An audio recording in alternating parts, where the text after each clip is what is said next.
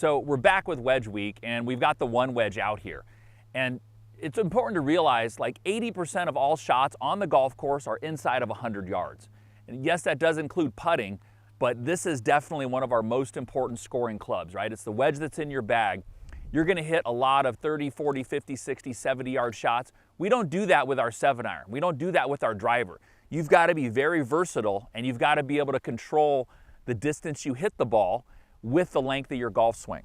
So what I teach most of my students with wedges is we teach what's called a clock system, okay? This is my 56-degree ONE Wedge, and when I hit it full, I hit it 100 yards, okay, exactly. So think of it in these terms, right? Just in simple percentages. If I take it back to shaft parallel to the ground, that's a quarter swing, okay? And then from there, I accelerate through. The counterbalance in the grip helps me to do that also. If I take it back to left arm parallel, right? That's 9 o'clock, that's a half a golf swing. That should go 50 yards. If I take it back to about 10:30 on a clock, right? You picture that clock behind me.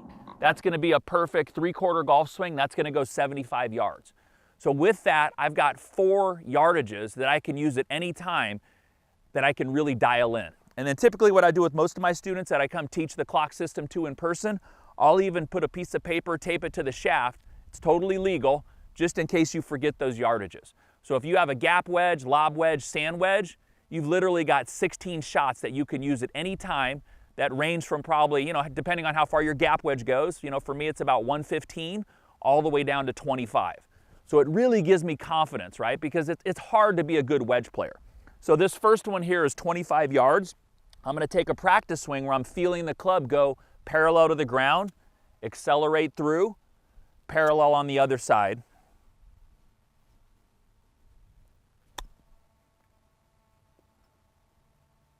Wow, that might go in. Ooh, lipped it out. That was a good start. Little long, not bad though. That was great. Those are just a couple feet. So that's the first swing there, right? Quarter swing, shaft parallel, accelerate, shaft parallel on this side. Let's go back to the half swing. So now we're at 50 yards. This is gonna be perfect left arm parallel to the ground or 9 o'clock on that clock. From there, accelerate right on through. It's really important when you guys practice this, get a camera face on. When I do this with students in person, most of you are gonna take the club back farther than you think. You're gonna think you're here, but it's gone farther. And wedges are so precise. If I go from here at 50 to here, it's probably gonna go about 7 or 8 yards farther. There's that much precision. But once you start learning these positions and you can kind of nail them, we're gold. Something that we don't do with other clubs, so we need to practice it some. Okay, left arm parallel, half swing, accelerate. It's a little uphill, it looks good from here. We'll see when we get up there. I'd like to just do that again, put that on instant replay. A little chunky. Hopefully we get a little chunk and roll with that. This is all gonna be shot live, so we're not gonna change any of the results. Let's go back to 3/4 and 75 yards. All right, so here's my 3/4 wedge. I'm gonna go back to about 10:30 on a clock, and then I'm gonna accelerate all the way through to my finish. I do love this wedge though. It's got some of the stickiest, most friction-based grooves I've ever seen. We're a little downwind here, so hopefully this will still grab. Make sure we accelerate, as always.